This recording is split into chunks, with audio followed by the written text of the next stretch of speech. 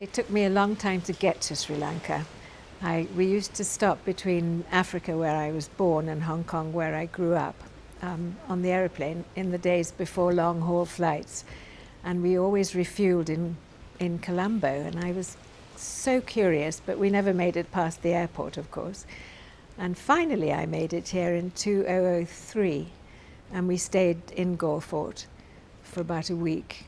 And it was the most magical experience, and completely sold me on Sri Lanka.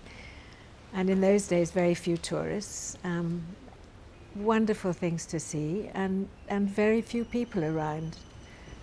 Empty roads. It was fabulous, and I fell in love with it then.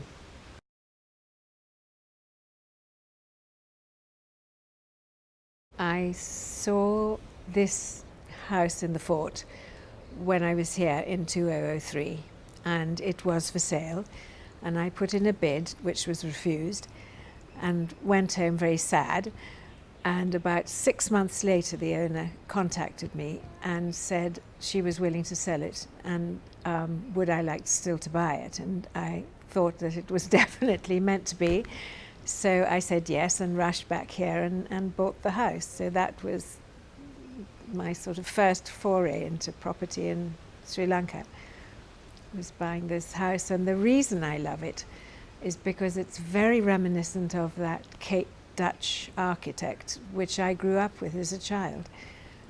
And it has that same feel, which resonated with me at the time and still does.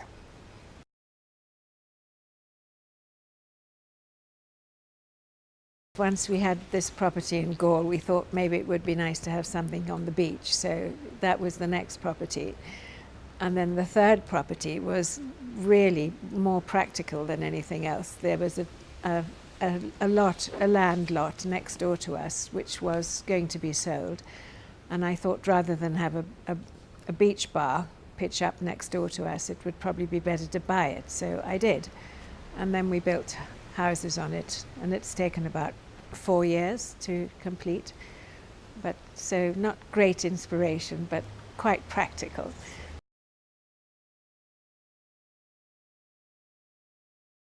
Well, I brought a lot of stuff in from Hong Kong, so there is quite a Chinese element, but I think it fits very well in these houses, because these were traders' houses. So you can almost put anything with an Asian twist into it. I bought a lot of Sri Lankan antiques, especially wonderful furniture, which you can still find here and which is really spectacular. But the pictures are mostly from Hong Kong. I have a collection of old Sri Lankan maps that I bought all over the place and then just put together. The details are the 10% after the 90. When you've got your product, the detail is so important.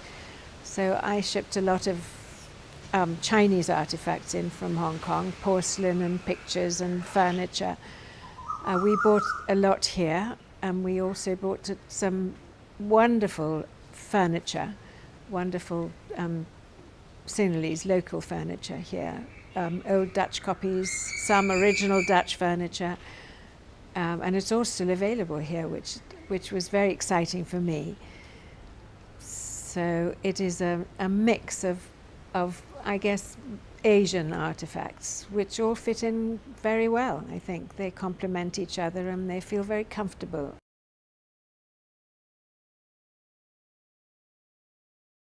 I think the luxury of space.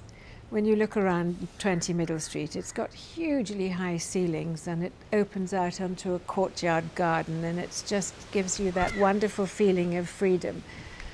And I think most people don't live with that themselves, and to come here and have that, it is just such a luxury. And for the beach property too, with a big garden and the beach right in front of you, the waves breaking, it's just that lovely feeling of freedom.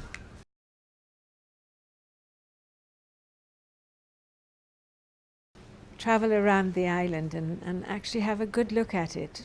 A lot of people just come for the beach, and that's fine, but there's so much to see here. And to travel up country is a real joy. It has everything. It has the tea country, which is cool and temperate. It has the north, which is quite like a desert, actually. It's flat and it's dry, and it has game parks, and it's got mountains to climb, it's got beaches to swim in, and it's got wonderful surfing on the east coast.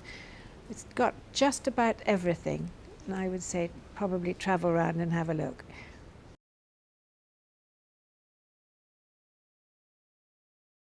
The best aspect about the culture is that there is one. There is, the majority of the people here are Buddhist, and they actually live by what they believe in, which I think is wonderful.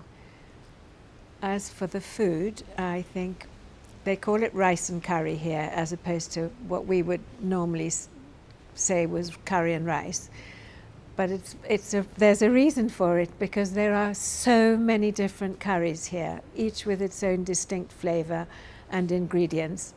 And it is a delight to eat rice and curry in Sri Lanka. And I would definitely advocate that.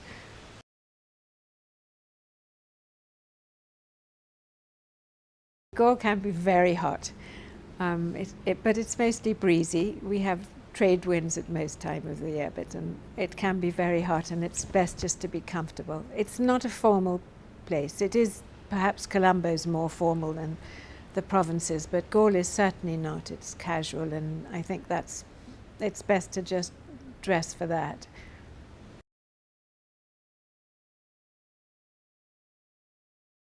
We do have other properties. We have 2 houses in Cape Town, on the beach in Camps Bay, which were actually inherited from my grandmother and which I've renovated. So we could possibly add them to the collection. We have a house in Thailand. And I think the advantage for us obviously would be that we expanded the collection, but I think for our guests to expect a certain standard of product would be an advantage.